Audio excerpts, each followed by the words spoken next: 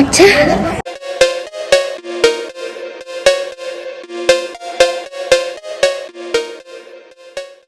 Hello everyone, this is মিষ্টি and welcome to my new blog.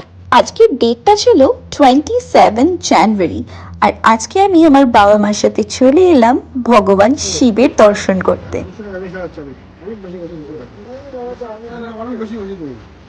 আমার মাসির বাড়ি হচ্ছে গিরিডিতে, আর ওখানেই আমি এসেছিলাম ঘুরতে।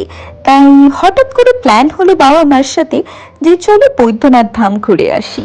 অ্যান্ড তাই জন্যে একদম ভোরবেলা ট্রেন ধরে একদম 4টের সময়, যখন সূর্যের আলো ওঠেনি, তখন বেরিয়ে পড়লাম। কিন্তু মন্দির আসতে আসতে অনেকটাই টাইম লেগে গেছিল, প্রায় অলমোস্ট 7টা। এখানে এসে প্রথম যে কাজটা করলাম, নিজের জুতো জিনিসপত্র একটা দোকানে রেখে ফুল পুজোর সব জিনিস নিয়ে আমরা মন্দিরের দিকে দৌড়ে গেলাম। বিকজ আজকে হলো মানডে, অ্যান্ড মানডেতে খুব ভিড় হয়। তাই জন্য তাড়াতাড়ি তাড়াতাড়ি করে আমার বাবা আমাকে তাড়া দিচ্ছিল। যেহেতু একদম ভোরবেলা এসেছিলাম, তাই ভিড়টা আমরা রিয়েলাইজই করতে পারিনি। তাই অ্যাকচুয়াল শকটা আমরা ভেতরে গিয়ে হয়েছিলাম। বাইরে থেকে খুব মনে হচ্ছে একদম খালি। এখান থেকে ডাইরেক্ট আমরা এবার সোজা যাব, পুরো কেজ মতো করা একদম। তাড়াতাড়ি লেগে গেছে বিকজ তো ঠান্ডা লাগবে, এতটা এক্সপেক্ট করিনি ঠান্ডা থাকবে। Very cold but manageable. আর এখন সকাল সকাল এসছি বলে ফাঁকাও রয়েছে। বাড়ির পেছনে আমার হাওয়া বহুত তাড়াতাড়ি হাঁটছে, সানলাইটটা বেশ দারুণ। কি ভিডিও ক্লিপস গুলো দেখে কি মনে হচ্ছে খুব ফাঁকা, তাই না? এই দেখো, আসো দেখাচ্ছি।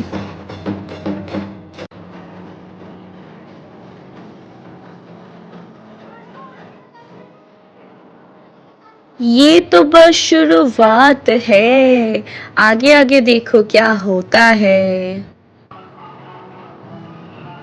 ये देखिए गाइस, কত ফাঁকা, এত ফাঁকা। আমরা প্রায় 30খানা লাইন মিনিমাম ক্রস করেছি।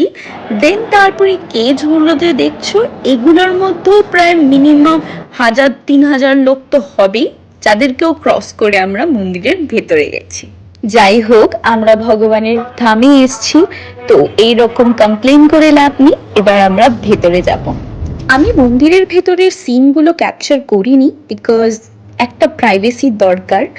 আর তোমাদের যদি দর্শন করার হয় মহাদেবের, তো প্লিজ রিকোয়েস্ট করবো তোমরা বাবাধাম চলে যেতে পারো, যেটা হচ্ছে বৈদ্যনাথ ধাম, দেওঘর। আর এখানে আসার আগে কিছু পয়েন্টস আমি তোমাদেরকে বলতে চাই। সেটা হচ্ছে, আসার আগে ট্রাই করবে এমন কিছু জামা কাপড় পরে আসার যেটা কমফোর্টেবল হয়, আর ডার্ক কালার প্রেফার করবে। বিকজ হতে পারে মন্দিরের ভেতরে তোমরা পরেও যেতে পারো, বিকজ খুব ভিড়।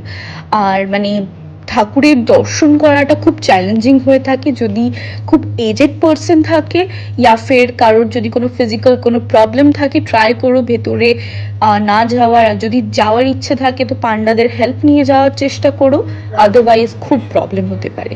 দর্শনের পরে পুজোর প্রসাদের সাথে সাথে আমরা কিছু শপিংও করলাম, আর এখান থেকে নিলাম ফেমাস দেওঘরের পেড়া, যেগুলো খুবই টেস্টি ছিল।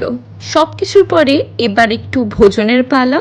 এখানে ম্যাক্সিমাম জায়গায় তোমরা ভেজ রেস্টুরেন্ট পেয়ে যাবে, নন ভেজ অ্যাভেলেবল খুব একটা নেই। তো সকাল সকাল তো বলবো না, 12টার দিকে, অলমোস্ট 11টা-12টার দিকে আমি ব্রেকফাস্ট করলাম। এখানে ছোলে ভাটোরা আছে অ্যান্ড জলেবি এক্সট্রা অ্যাডিশনাল আমি নিয়েছি। এখানে 50 রুপিজের তোমরা কম্বো পেয়ে যাবে। আর মর্নিংয়ে যদি তোমরা সাউথ ইন্ডিয়ান ইডলি ডোসা ইয়া ফের রাইস প্রেফার করো, ওগুলোও তোমরা পেয়ে যাবে। এখনের মতো এখানেই এন্ড করলাম আমি আজকের এই ভিডিওটা। আবার দেখা হচ্ছে নেক্সট ভিডিওতে, যেখানে আমি দুপুরে কোথায় গেলাম সেটাও শেয়ার করব।